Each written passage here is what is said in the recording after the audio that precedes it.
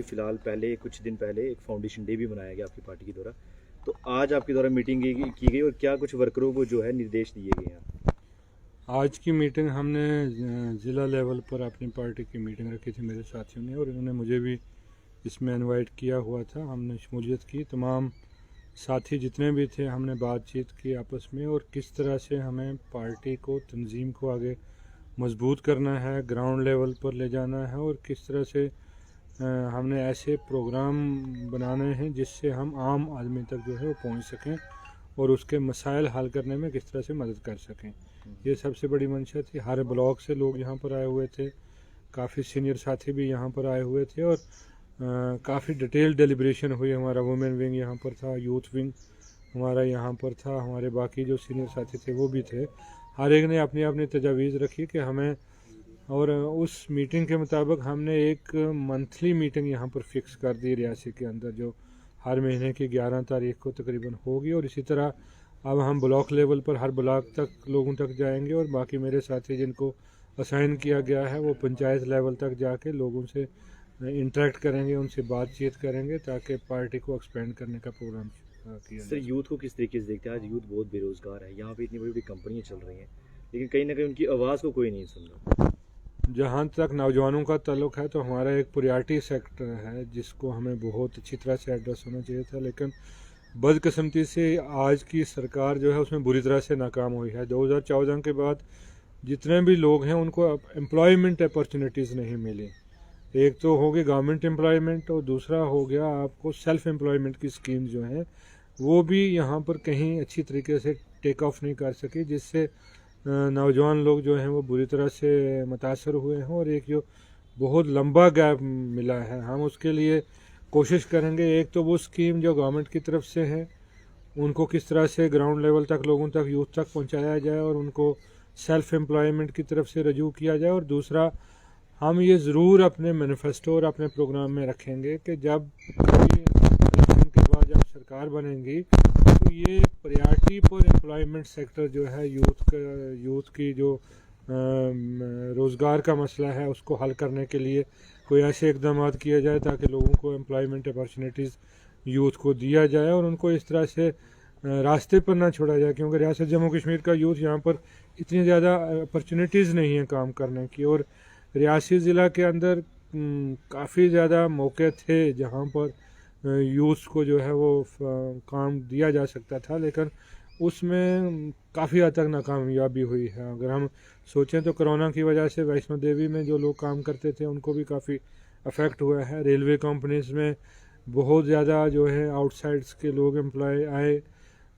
मुझे लगता है कि या तो जब रेलवे कंपनी से लोग बात करते हैं, जो मुझे इतला आई कि वो कहते हैं कि हमें स्किल्ड एम्प्लॉयमेंट नहीं मिली है, तो मैं उसको इस तरह से लेता हूँ कि इतने बड़े बड़े गवर्नमेंट दावा करती है कि हमने स्किल डेवलपमेंट के प्रोग्राम्स किए हैं, तो फिर वो स्किल डेवलपमेंट के प्रोग्राम कहाँ हैं अगर आज भी यहाँ के कंस्ट्रक्शन कंपनीज़ को जो है वो स्किल्ड किस्म के एम्प्लॉयज़ नहीं मिलते हैं। यहाँ पर आईआईटी हैं, यहाँ पर और काफ़ी ऐसे इंस्टीट्यूशंस हैं जहाँ पर ट्रेड स्पेसिफिक लोगों को ट्रेन किया जाना चाहिए था और उसके मुताबिक उनको एम्प्लॉयमेंट देनी चाहिए थी। इसलिए मुझे लगता है कि जो कोई ऐसी पॉलिसीज नहीं बनाई गई जिससे लोगों को रोज़गार दिया जाए, और उस पर हम काम करना चाहते हैं। सर, बन टोल प्लाजा पे अधिकतम रेट लिए जा रहे हैं, उस पर ना आप आवाज़ उठा रहे हैं, ना गवर्नमेंट आवाज़ उठा रही है, ना एलजी सरकार आवाज़ उठा रही है। उसके बारे में क्या कहेंगे? जहाँ तक बन टोल प्लाजा का ताल्लुक है, मैं कहता हूँ कि भारतीय जनता पार्टी की सरकार जिसने कहा था कि हम एक टैक्स देंगे, तो आज तो मल्टीपल टैक्स है। चाहे बन टो वो अपनी उसी जो दावा करते हैं उसी के मुखालिफ जो है उनके ग्राउंड पर जो है काम है। तो बल टोल प्लाजा तो मुझे नहीं होना चाहिए जहाँ पर सिंगल टैक्स सिस्टम है। एक गाड़ी वाला कहीं पर आपको जब रजिस्ट्रेशन करता है उस वक्त रोड टैक्स देता है, पेट्रोल जब वो भरता है उस वक्त उस पर जो सेस लिया जाता है उस वक्त टैक्स देता है, और उसके बाद जब टोल से गुजरना है उसको दोबारा से टैक्स लिया जाता है। और इनको जो टोल रोड डिक्लेयर किया गया है जो जम्मू कश्मीर के अंदर, मुझे लगता है ये सरासर गलत है, क्योंकि टोल रोड ऐसी नहीं होती। टोल रोड वो होती हैं जो बूट सिस्टम पर कंस्ट्रक्शन की जाती हैं और उसके बाद वो उसी तरह से उसी स्कीम के तहत बनाई जाती हैं। लेकिन यहाँ पर नेशनल हाईवे ऑफ इंडिया जो है अथॉरिटीज़ ने इस रोड्स को बनाया है, लेकिन टैक्स जो है गवर्नमेंट चार्ज करती है। टोल प्लाजा से रिलेटेड आपने क्या मैनिफेस्टो बनाया, उसमें टोल प्लाजा क्या मुद्दा रखा? मैंने कहा है कि वन टैक्स होना चाहिए, वन टैक्स होना चाहिए। वन टैक्स होना चाहिए जो गवर्नमेंट का दावा है। ठीक है। जब जीएसटी आ गया और रोड टैक्स कटा, दूसरा कोई टैक्स लोगों को नहीं देना चाहिए। कंपनियों से दोबारा मैं सवाल करूंगा। मेरा सवाल ये है कि कंपनियों के जो शख्स हैं यहाँ पर मनमानी बहुत ज़्यादा चलती है। यहाँ पर आम आदमी की सुनवाई तो कहाँ से होगी, बहुत लीडरों की यहाँ पर कोई सुनवाई नहीं चल रही है। तो क्या इस पे क्या कहेंगे आप? जहाँ तक रेलवे कंपनीज की आप बात कर रहे हैं, मुझे लगता है बिल्कुल बिल्कुल। रेलवे कंपनीज की बात कर रहे हैं, इस वक्त तो काम कंक्लूजन पर है जहाँ तक मुझे लगता है, क्योंकि नेक्स्ट ईयर उसको कंप्लीट करना है।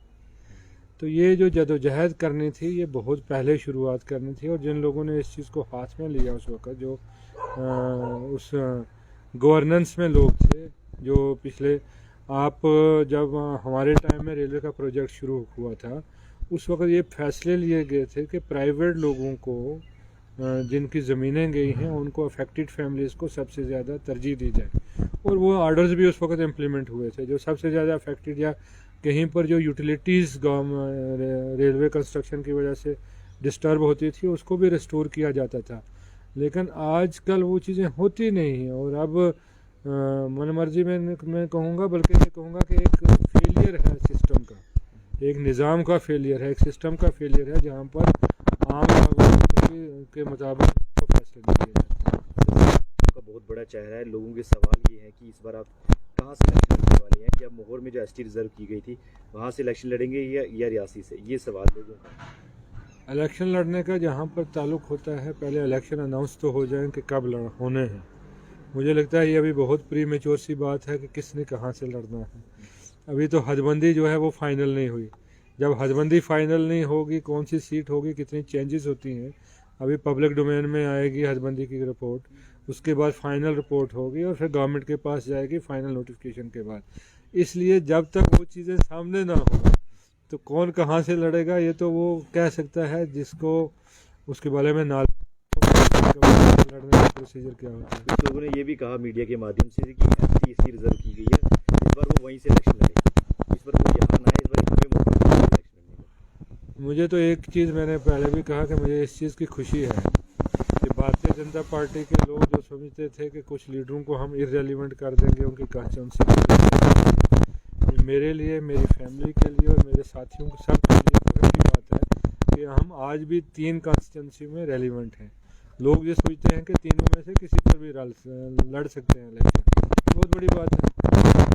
मुद्दों को लेकर आपकी पार्टी है फील्ड में उतरेगी, कौन से मुद्दे होंगे?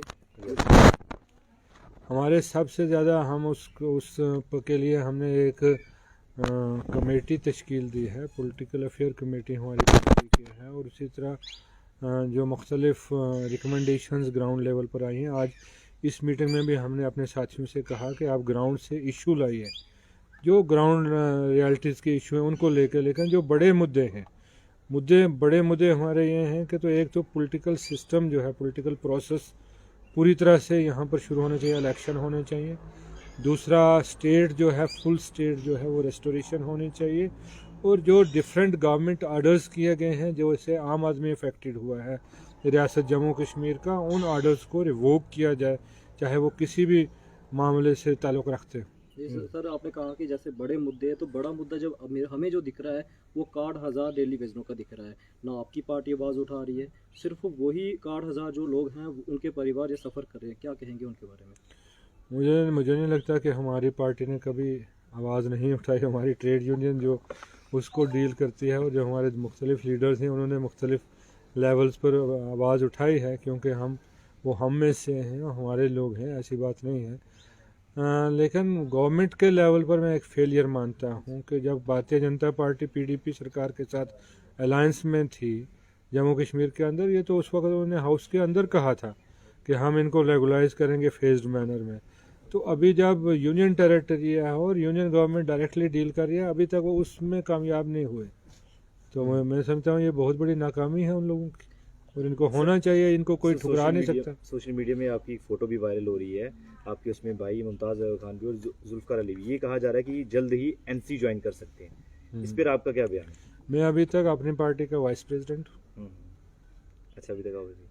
तो जो ये रूमर्स फैलाए जा रहे हैं उस पे कुछ भी आपको कोई बयान नहीं? उम्र फैलाने वाले लोग तो फैलाते रहेंगे, इसलिए उस पर कोई डिस्कशन की ज़रूरत नहीं है।